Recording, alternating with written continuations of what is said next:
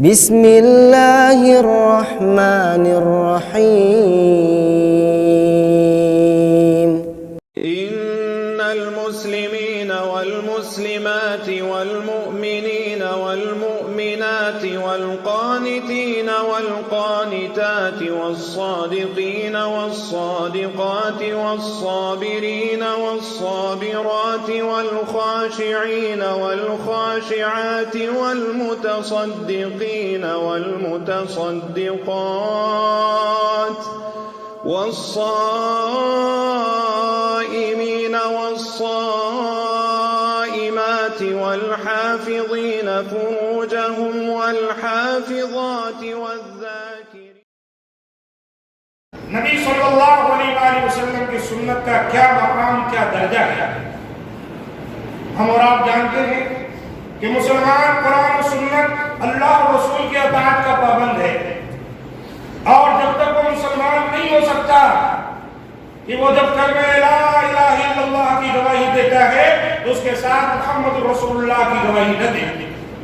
لا الہ الا اللہ جب ہم پڑھتے ہیں تو اس کا معنی ہوتا ہے کہ عبادت کے لائق سے بے پناہ ہے، اور محمد رسول اللہ جب پڑھتے ہیں اس کا معنی ہوتا ہے کہ اللہ تعالیٰ کی عبادت کیسی کرنی ہے، جیسے محمد صلی اللہ علیہ وآلہ وسلم نے تعلیم دی ہے اس کے مطابق عبادت کریں گے تو اللہ تعالیٰ کے یہاں عبادت قبول ہوگی. معاشرے کے اندر اب ایسے لوگ پیدا ہوئے ہیں، یہ کوئی نئے نہیں، بہت پرانے ہیں، جو یہ کہتے ہیں ہمارے لیے صرف قرآن مجید کافی ہے، سنت کی کوئی ضرورت نہیں ہے. انہوں نے سنتوں میں کیڑے نکالے، احادیث کے ذخیرہ کو شکوک و شبہات پیدا کر کے رد کر دیا. کیا ان کی بات درست ہو سکتی ہے؟ ایک شخص قرآن مجید پر صرف قرآن پڑھ کے عمل کر سکتا ہے؟ نہیں. اللہ تعالیٰ نے جا بجا قرآن میں فرمایا وَأَقِيمُوا الصَّلَاةَ وَآتُوا الزَّكَاةَ، نماز قائم کرو اور زکات دو. آپ بتائیے نماز کیسے قائم کریں گے آپ؟ اللہ تعالیٰ نے نماز کی پوری تفصیل قرآن مجید میں بیان نہیں کی ہے. زکات کیسے دیں گے، کتنے مال پر زکات اور کتنے دن سال میں دی جائے گی اور اس کی مقدار کیا ہوگی، کن لوگوں کو دی جائے گی، اس کی تفصیل تو اللہ نے ذکر کی ہے، لیکن زکات دی کتنی جائے گی اس کی تفصیل نہیں ہے، نصاب کا ذکر نہیں ہے. یہ تفصیل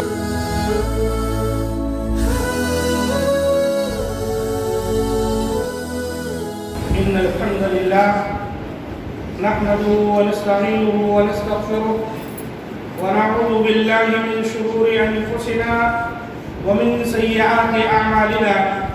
من يهده الله فلا مضل له ومن يضلل فلا هادي له، وأشهد أن لا إله إلا الله وحده لا شريك له، وأشهد أن محمدا عبده ورسوله. يا أيها الذين آمنوا اتقوا الله حق تقاته ولا تموتن إلا وأنتم مسلمون. يا أيها الناس اتقوا ربكم الذي خلقكم من نفس واحدة وخلق منها زوجها وبث منهما رجالا كثيرا ونساء، واتقوا الله الذي تساءلون به والأرحام إن الله كان عليكم رقيبا. يا أيها الذين آمنوا اتقوا الله وقولوا قولا سديدا يصلح لكم أعمالكم ويغفر لكم ذنوبكم، ومن يطع الله ورسوله فقد فاز فوزا عظيما. أما بعد فإن خير الحديث كتاب الله، وخير الهدي هدي محمد صلى الله عليه وسلم، وشر الأمور محدثاتها، وكل محدثة بدعة، وكل بدعة ضلالة، وكل ضلالة في النار. قال الله تبارك وتعالى في القرآن المجيد والفرقان الحميد: فأعوذ بالله السميع العليم من الشيطان الرجيم من همزه ونفخه ونفثه. بسم الله الرحمن الرحيم. وما كان لمؤمن ولا مؤمنة إذا قضى الله ورسوله أمرا أن يكون لهم الخيرة من أمرهم، ومن يعص الله ورسوله فقد ضل ضلالا مبينا. رب اشرح لي صدري ويسر لي أمري واحلل عقدة من لساني يفقهوا قولي رب زدني علما ربنا لا علم لنا إلا ما علمتنا إنك أنت العليم الحكيم. تمام قسم کی تعریف و توصیف، بزرگی و بڑائی اللہ مالک الملک وحدہ لا شریک کے لیے لائق و زیبا و سزاوار ہے. ہم تمام اسی کی تعریفیں بیان کرتے ہیں اور اسی سے مدد طلب کرتے ہیں، اسی کے دربار میں توبہ و استغفار کرتے ہیں، اپنے نفس کی شرارتوں و بدعمالیوں سے اسی اللہ کی پناہ طلب کرتے ہیں. یقیناً جسے وہ اللہ راہ ہدایت دے اسے کوئی گمراہ نہیں کر سکتا، اور جسے وہ اللہ گمراہ کر دے اسے کوئی ہدایت دینے والا نہیں. میں اس بات کی گواہی دیتا ہوں کہ اللہ کے سوا کوئی معبود برحق نہیں، وہ اکیلا ہے، لا شریک ہے. اور اس بات کی بھی گواہی دیتا ہوں کہ محمد صلی اللہ علیہ وآلہ وسلم اللہ کے بندے اور اس کے رسول ہیں. نبی معظم صلی اللہ علیہ وآلہ وسلم کی عادت مبارکہ تھی کہ اپنے تمام خطبوں میں یہ بات ضرور ارشاد فرمایا کرتے تھے فَإِنَّ خَيْرَ الْحَدِيثِ كِتَابُ اللَّهِ، یعنی بہترین بات اللہ کی کتاب ہے، اللہ کا کلام قرآن مجید ہے. وَخَيْرَ الْهَدِيِ هَدِيُّ مُحَمَّدٍ صلی اللہ علیہ وسلم، اور بہترین طریقہ محمد صلی اللہ علیہ وآلہ وسلم کا طریقہ اور راستہ ہے.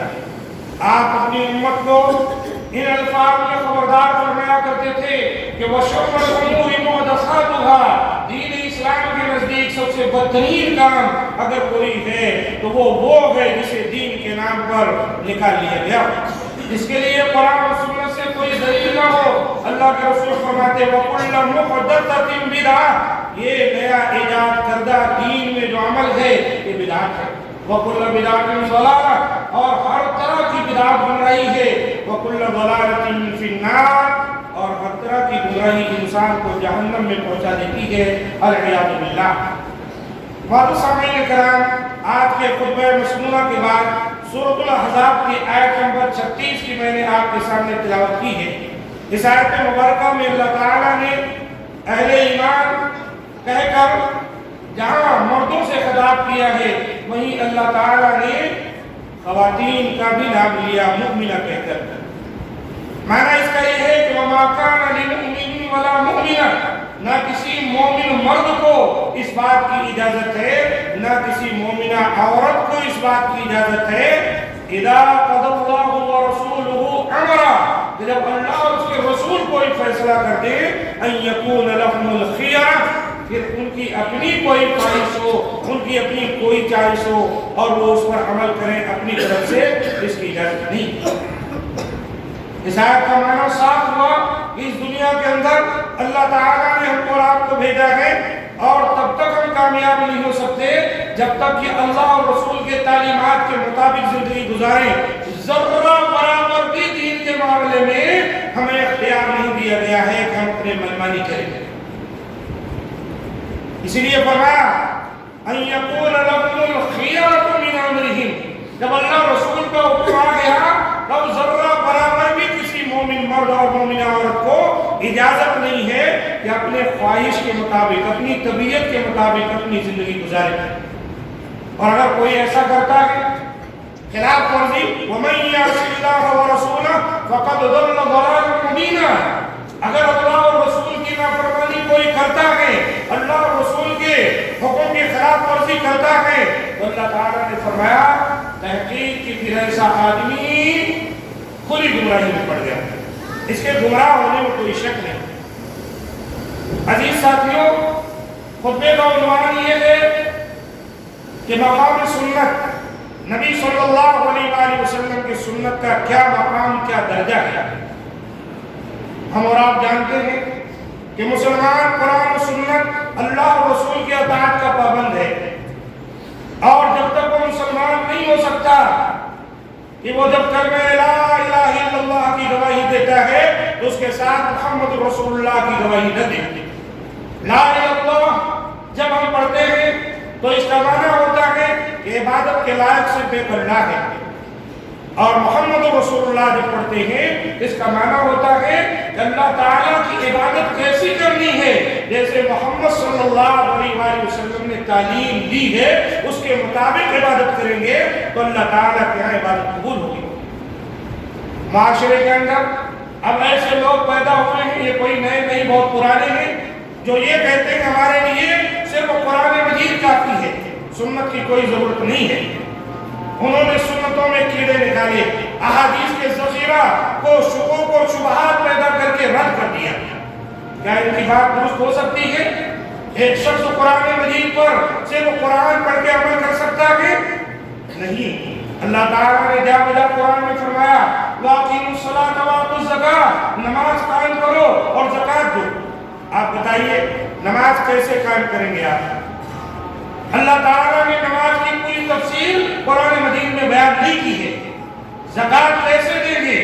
کتنے مال پر زکوٰۃ اور کتنے دن سال میں دی جائے گی اور اس کی مقدار کیا ہوگی، کن لوگوں کو دی جائے گی، اس کی تفصیل کو اللہ نے ذکر کی ہے، لیکن زکوٰۃ دی کتنی جائے گی اس کی تفصیل نہیں، نصاب کا ذکر نہیں۔ یہ تفصیلات کہاں سے ملیں گی؟ یہ تفصیلات نبی صلی اللہ علیہ وآلہ وسلم کے ارشادات سے ملیں گی۔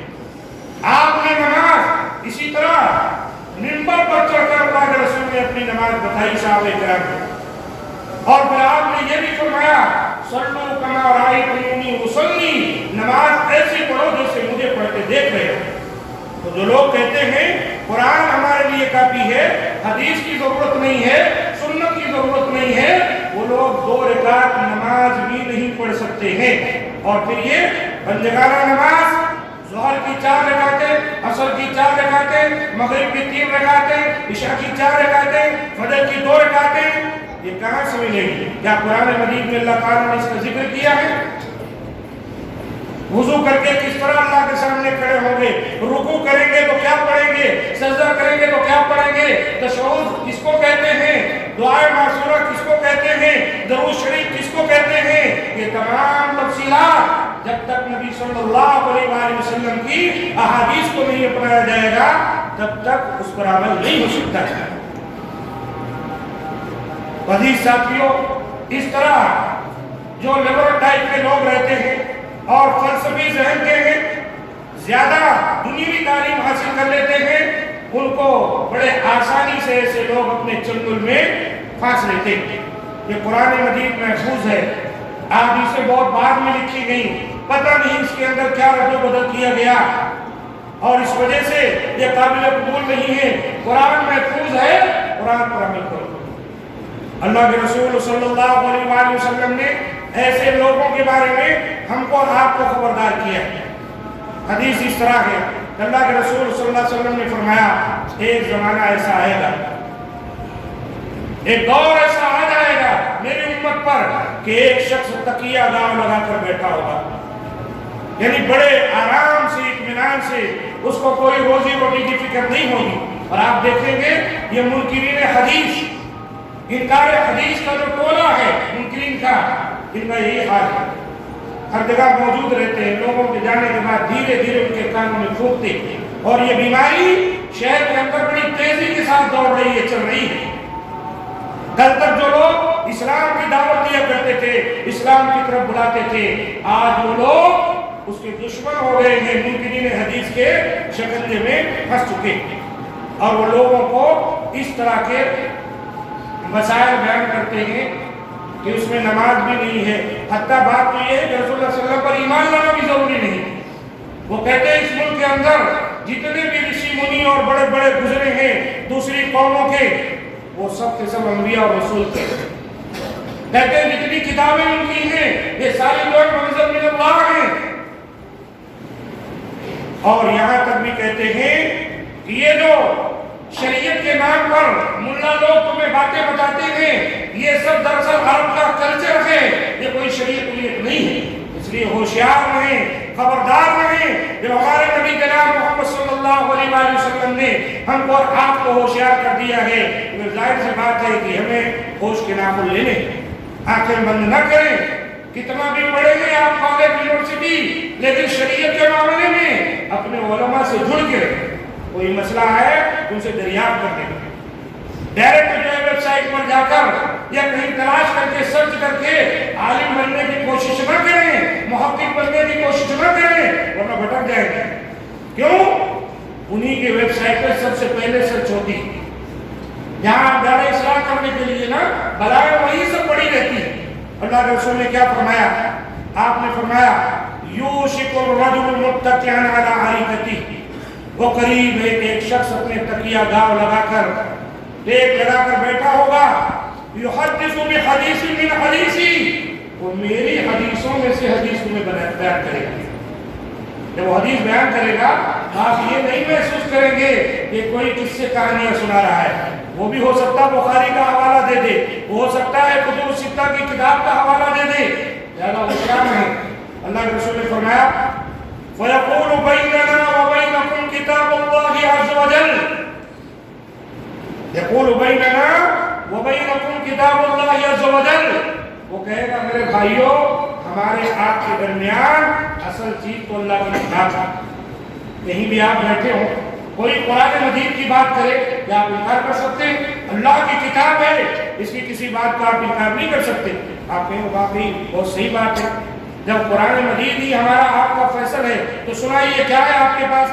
اللہ کے رسول صلی اللہ علیہ وسلم نے فرمایا پھر اس کا کیا حال ہوگا؟ وہ کہے گا فما وجدنا فیہ من حلال استحللنا، یہیں سے وہ شروع کرے گا مسئلہ، کہے گا اب قرآن میں جو چیز ہم حلال پاتے ہیں نا اسی کو حلال سمجھیں گے، وما وجدنا فیہ من حرام حرمنا، اور اس میں جو ہم حرام پاتے ہیں اسی کو حرام سمجھیں گے۔ یہی ہے وہ بیماری اس کی۔ اس کا کہنا کیا ہے؟ قرآن ہمارے پاس ہے، قرآن میں جو چیز حلال ہے وہ حلال ہے، قرآن میں جو حرام ہے وہ حرام ہے، باقی اور کسی چیز کی ضرورت نہیں ہے۔ گویا کہ وہ نبی صلی اللہ علیہ وسلم کی حدیث کا انکار کر رہا ہے، وہ صرف قرآن کو کہہ رہا ہے۔ اور اللہ نے قرآن مجید میں جا بجا کیا فرمایا ہے؟ وَأَطِيعُوا اللَّهَ وَأَطِيعُوا الرَّسُولَ، اللہ کی اطاعت کرو، رسول کی اطاعت کرو۔ اللہ کی اطاعت کے لیے اگر ہم مان لیتے ہیں قرآن ہے تو رسول کی اطاعت کے لیے کیا ہے بتائیں؟ خود قرآن مجید نے ان کی بات کا انکار کر دیا۔ اللہ تعالیٰ نے فرمایا کہ اے نبی ایسے لوگوں کو ڈرنا چاہیے فَلْيَحْذَرِ الَّذِينَ يُخَالِفُونَ عَنْ أَمْرِهِ، جو آپ کے حکم کی خلاف ورزی کرتے ہیں، کہیں کسی فتنے میں نہ دھر لیے جائیں، پکڑ لیے جائیں، یا ایسا نہ ہو کوئی دردناک ان کو پکڑ لے عذاب۔ تو یہ دیکھیں جب اللہ کے رسول کی سنت کو آپ ترک کریں گے اور یہ کہیں گے قرآن ہمارے لیے کافی ہے، تو پھر یہاں سے آپ کسی نہ کسی آزمائش میں بدعت میں پڑ سکتے، شرک میں پڑ سکتے، کفر میں، نفاق میں پڑ سکتے، راستہ بھٹک جائیں گے۔ کیونکہ قرآن مجید میں بہت سارے مسائل کو مجمل طریقے سے بیان کیا گیا، اور جب تک اللہ کے رسول کی شریعت سے اس کی وضاحت نہیں ہو جاتی ہے، اس کی شرح نہیں ہو جاتی ہے، تب تک کوئی قرآن مجید کو سمجھ نہیں سکتا، اس پر عمل نہیں کر سکتا۔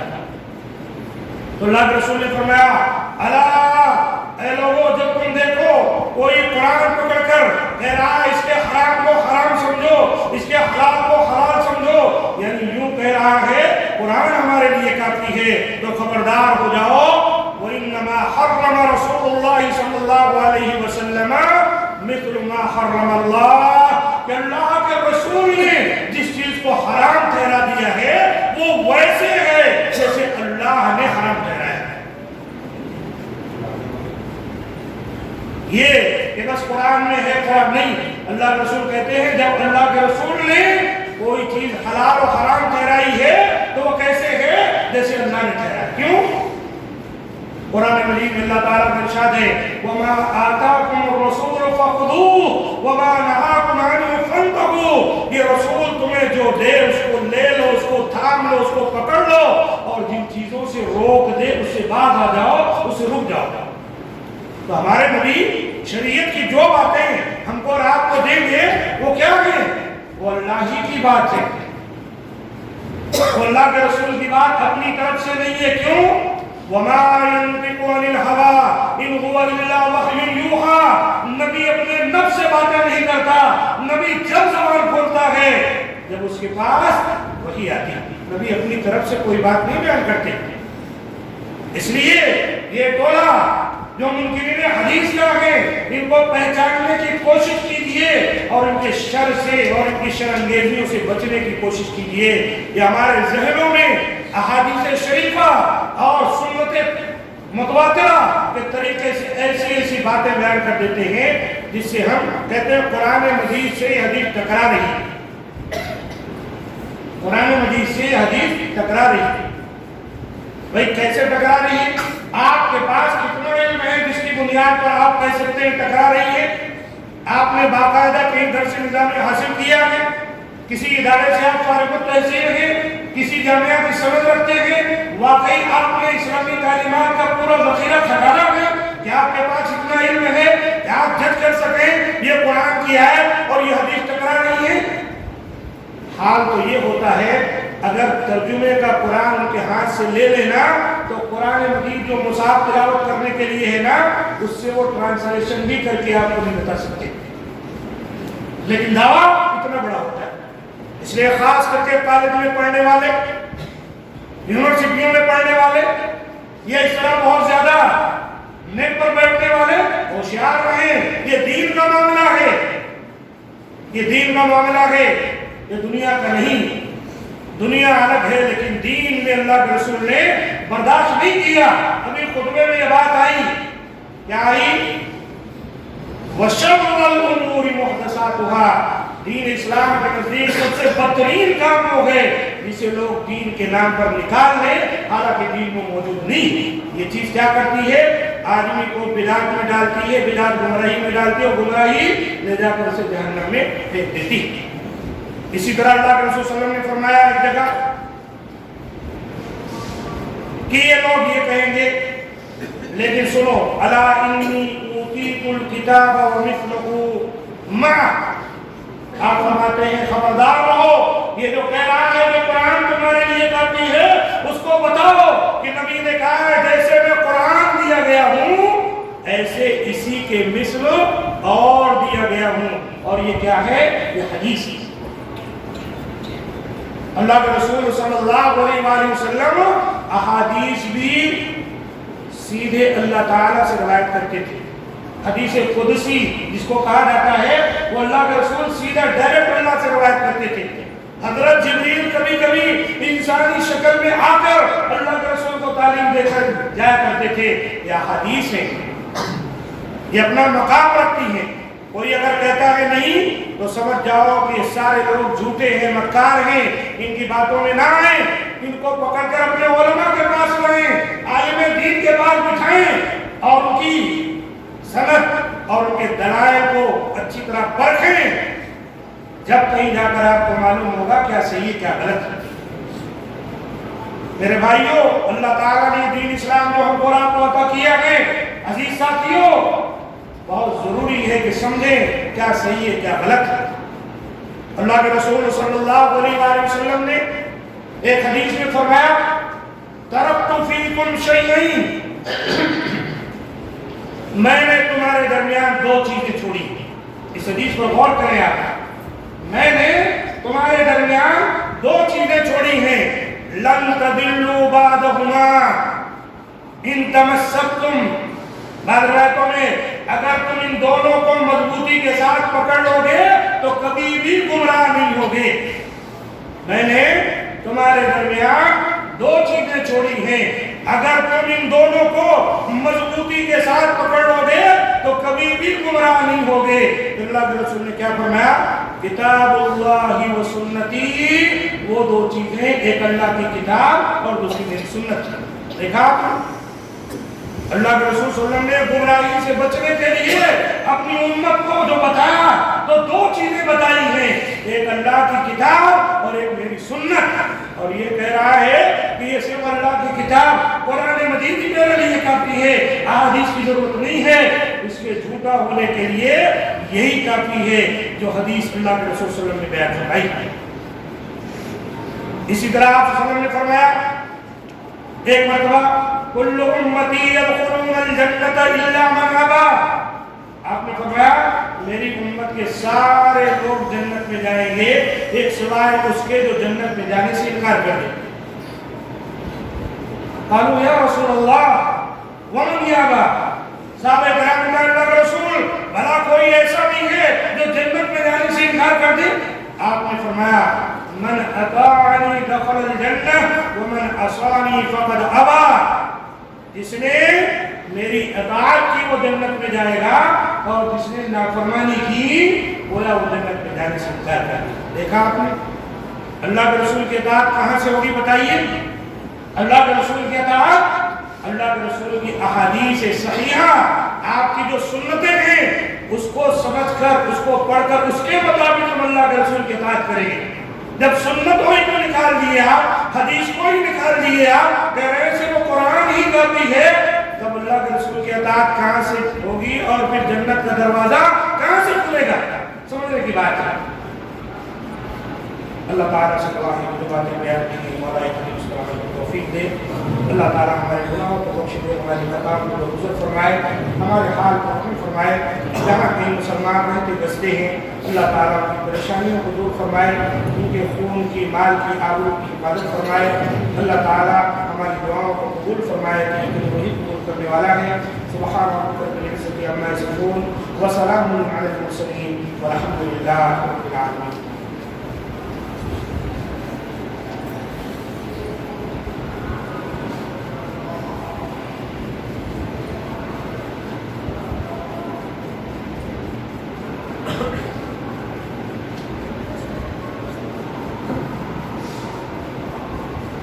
رب العالمین والصلاة والسلام على نبینا محمد صلی اللہ علیہ وسلم وعلى آلہ واصحابہ اجمعین ومن تبعهم بإحسان إلى يوم الدين.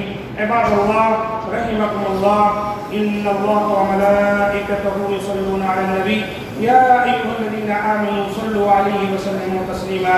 اللهم صل على محمد وعلى آل محمد كما صليت على إبراهيم وعلى آل إبراهيم إنك حميد مجيد, وبارك على محمد وعلى آل محمد كما باركت على إبراهيم وعلى آل إبراهيم إنك حميد مجيد.